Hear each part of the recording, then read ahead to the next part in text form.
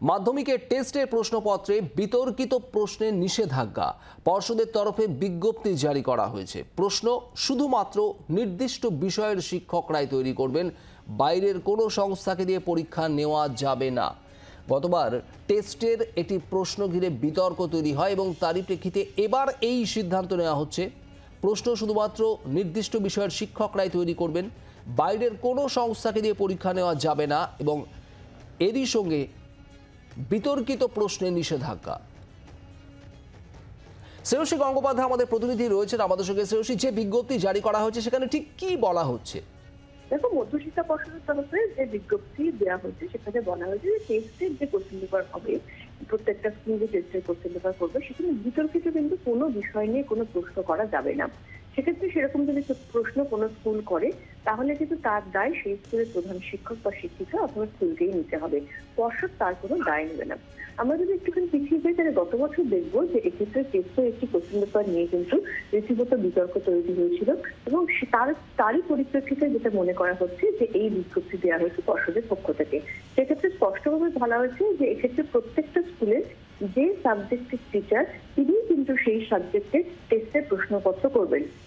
বাইরে থেকে আনানো বা ক্লাস্টার পদ্ধতির মাধ্যমে কোনোভাবেই কিন্তু সেই পরীক্ষা নেওয়া যাবে না। প্রত্যেক স্কুলের টিচারই তার সাবজেক্টের প্রশ্নপত্র করবেন এবং তারই ভিত্তিতে কিন্তু টেস্ট পরীক্ষায় বসবেন পরীক্ষার্থীরা। তাহলে খুব স্পষ্টভাবে বলা হয়েছে যে বিতর্কিত কোনো প্রশ্ন কিন্তু টেস্টে করা যাবে না, এমনটাই কিন্তু পর্ষদের যে বিজ্ঞপ্তি সেই বিজ্ঞপ্তিতে বলা হয়েছে। সঙ্গে থাকো শ্রেয়সী।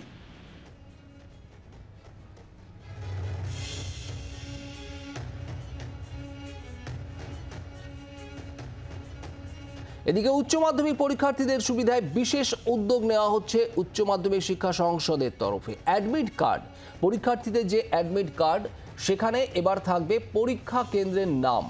পরীক্ষা কেন্দ্র খুঁজে পেতে যাতে সুবিধা হয়, কোথাও কোনো সমস্যা তৈরি না হয় উচ্চ মাধ্যমিক পরীক্ষার্থীদের পরীক্ষা কেন্দ্র খুঁজে পেতে, সেই কারণেই এই উদ্যোগ উচ্চ মাধ্যমিক শিক্ষা সংসদের।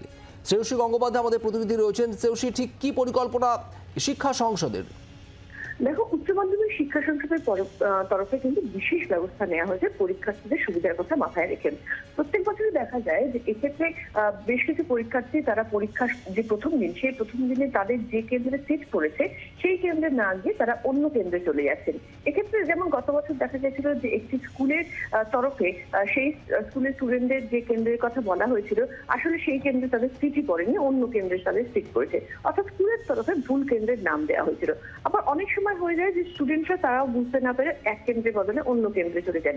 ফলে এই সামগ্রিক পরীক্ষার শুরুর দিনে যে সামগ্রিক জটিলতা বা বিভ্রান্তি সেটা এড়ানোর জন্য কিন্তু প্রত্যেক পরীক্ষার্থীর যে অ্যাডমিট কার্ড, সেই অ্যাডমিট কার্ডে এবার তাদের যে কেন্দ্রে পরীক্ষা কেন্দ্রে যেখানে তাদের পরীক্ষাটা হবে সেই কেন্দ্রের নাম কিন্তু উল্লেখ করা থাকবে। এক্ষেত্রে সেই কেন্দ্রে যাবতীয় ডিটেল দেওয়া থাকবে যাতে পরীক্ষার ক্ষেত্রে পরীক্ষা দিতে যাওয়ার বা প্রথম দিনের ক্ষেত্রে কোনো রকমের কোনো বিভ্রান্তির মধ্যে না পড়তে হয় পরীক্ষার্থীদের। ধন্যবাদ শ্রেয়সী।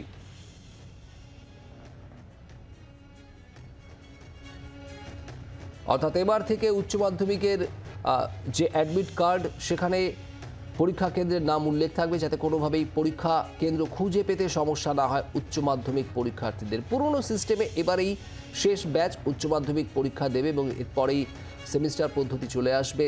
আর এবারের এই উচ্চ মাধ্যমিক পরীক্ষার জন্যই এই বিশেষ ব্যবস্থা নেওয়া হচ্ছে উচ্চ মাধ্যমিক শিক্ষা সংসদের তরফ থেকে। সংসদ সভাপতি কি জানিয়েছেন শোনাবো।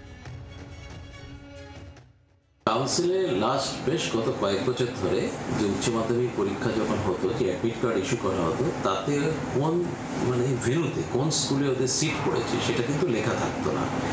এবার উচ্চ মাধ্যমিক পরীক্ষা 2025-এ যে অ্যাডমিট কার্ড ইস্যু করা হবে এটা ছাত্রছাত্রীদের স্বার্থে সেখানে কিন্তু তাদের কোথায় সিট পড়েছে, কোন ভেন্যুতে তাদের সিট পড়েছে সেটা কিন্তু একদম স্পেসিফিক্যালি উল্লেখ থাকবে।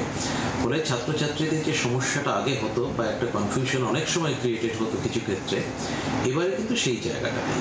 এছাড়াও আরও আমরা কিছু এবারে 2025-এর উচ্চ মাধ্যমিক এটা ওল্ড সিস্টেমে লাস্ট ব্যাচ, এটা এরপর থেকে যেটা হবে সেটা গোটাটাই নতুন সিস্টেমে, সেমিস্টার সিস্টেমে। তো আমরা কিছু কিছু সিকিউরিটি ফিচার্স এবার অ্যাড করব, যেটা নিয়ে আমরা নিজেদের মধ্যে কথাবার্তা চলছে।